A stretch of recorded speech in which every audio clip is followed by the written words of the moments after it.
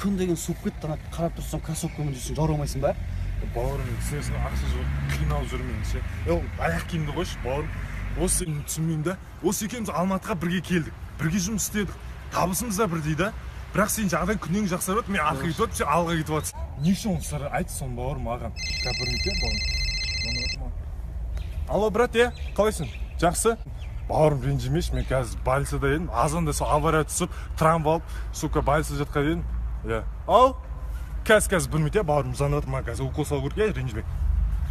Содан бауырым, құпиясын үйде айтшы. Уалейкумассалам. Жігіттер, жолға бір 80 теңге бар ма?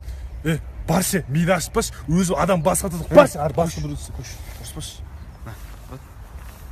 Алла разы болсын. Өтірік сөйлеу ризығыңды қияды екен, ал садақа беру несібеңді ризығыңды арттырады екен. Өміріңді өзгерткің келсе, өзіңді түзе.